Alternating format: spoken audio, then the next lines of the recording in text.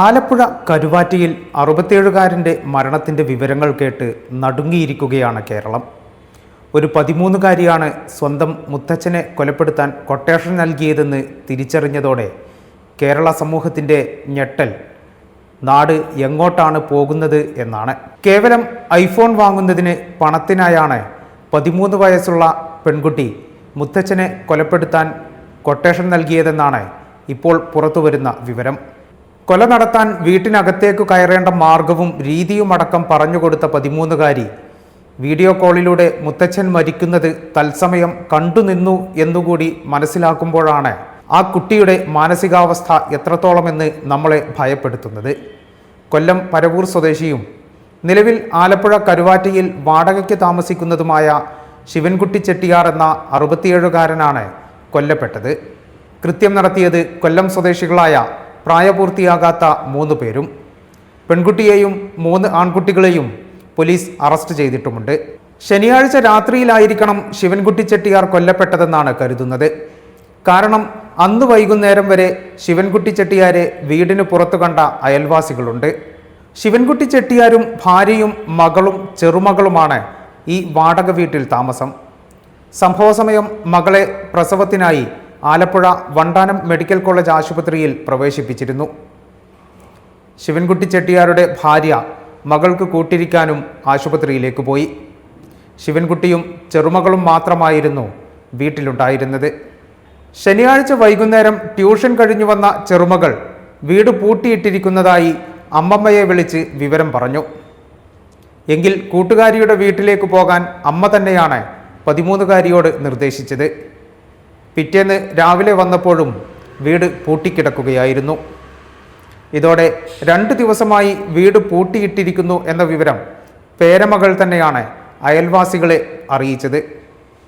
അയൽവാസികൾ വന്ന് പരിശോധിച്ചപ്പോൾ അടുക്കളവാതിൽ തുറന്നു കിടക്കുന്നതായി കണ്ടു. ഇതുവഴി അകത്തു കടന്ന് പരിശോധിച്ചപ്പോഴാണ് കൈയും കാലുകളും ബന്ധിച്ച നിലയിൽ ശിവൻകുട്ടി ചെട്ടിയാരുടെ മൃതദേഹം ഡൈനിങ് ഹാളിൽ കിടക്കുന്നത് കണ്ടത്. ഇതോടെ നാട്ടുകാർ പോലീസിനെ വിവരമറിയിച്ചു. സംഭവത്തിന്റെ തുടക്കം മുതൽ പോലീസിന് പെൺകുട്ടിയിൽ സംശയം ജനിച്ചിരുന്നു. കാരണം ചോദിച്ച ചോദ്യങ്ങൾക്കെല്ലാം 13കാരി പരസ്പര വിരുദ്ധമായ മറുപടികളാണ് നൽകിയത്. ഇതോടെ പെൺകുട്ടിയുടെ മൊബൈൽ ഫോൺ കേന്ദ്രീകരിച്ച് നടത്തിയ അന്വേഷണമാണ് കൊലപാതകത്തിന്റെ ചുരുളഴിച്ചത്. ഫോൺ വഴി തന്നെയാണ് കൊല നടത്തിയ 3 കുട്ടി ക്രിമിനലുകളിലേക്കും പോലീസ് എത്തിയത്. പെൺകുട്ടിക്ക് ഐഫോണും പ്രതികൾക്ക് ബൈക്കും വാങ്ങുകയായിരുന്നു ക്രൂര കൊലപാതകത്തിന്റെ ലക്ഷ്യമെന്നാണ് പോലീസ് പറയുന്നത്. സ്വർണ്ണാഭരണങ്ങൾ കവർച്ച ചെയ്യാനായി പെൺകുട്ടി കാമുകനെ ഏർപ്പാടാക്കി. വീട്ടിലേക്ക് വരേണ്ട വഴിയും വീട്ടിനകത്തേക്ക് കയറേണ്ട രീതിയും വിശദീകരിച്ചു കൊടുത്തു. വീട്ടിലേക്കെത്താൻ കുട്ടി ക്രിമിനലുകൾ പൊതുവഴി ഉപയോഗിച്ചിരുന്നില്ല. കുറുക്കു വഴികളിലൂടെയാണ് വീട്ടിലേക്കെത്തിയത്. ശൗചാലയത്തിൻ്റെ വെന്റിലേഷൻ വഴി അകത്തു കടന്ന് വീട്ടിലെ കിടക്കവിരികളും മറ്റും ഉപയോഗിച്ച് ശിവൻകുട്ടി ചെട്ടിയാരുടെ കൈകളും കാലുകളും പിന്നിലേക്ക് വലിച്ചു കെട്ടി. പിന്നീട് ശ്വാസം മുട്ടിച്ച് കൊലപ്പെടുത്തി. കൊലയ്ക്ക് ശേഷം വീട്ടിലാകെ മുളകുപൊടി വിതറിയതും കുട്ടി ക്രിമിനലുകളുടെ ബുദ്ധിവൈഭവം വ്യക്തമാക്കുന്നു. കൊല നടത്തുന്നത് പ്രതികൾ പെൺകുട്ടിയെ വീഡിയോ കോൾ വിളിച്ച് കാണിച്ചു കൊടുക്കുകയും ചെയ്തിരുന്നു. കൊല്ലത്ത് താമസിച്ചിരുന്ന സമയം പഠനകാലത്താണ് പെൺകുട്ടി തൻ്റെ ഈ കാമുകനെ പരിചയപ്പെടുന്നത്. ഇൻസ്റ്റഗ്രാം വഴിയുള്ള ബന്ധമാണെന്നാണ് പറയപ്പെടുന്നത്. മുത്തച്ഛൻ വീട്ടിൽ തനിച്ചായിരിക്കുമെന്ന് പെൺകുട്ടി കാമുകനെ നേരത്തെ വിളിച്ചറിയിച്ചിരുന്നു.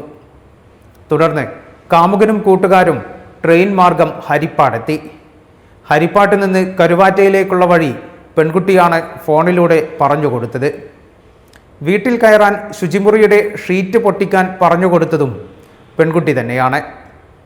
കൃത്യം നടത്തിയ ശേഷം പെൺകുട്ടിക്ക് ദൃശ്യം വീഡിയോ കോളിലൂടെ കാട്ടിക്കൊടുത്ത് കടന്നുകളയുകയും ചെയ്തു.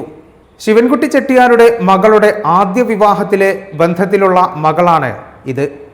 ആദ്യ ബന്ധം വേർപെടുത്തിയ ശേഷം മകൾ 2ാമത് വിവാഹിതയായിരുന്നു. 2ാം ഭർത്താവ് നിലവിൽ വിദേശത്താണ്.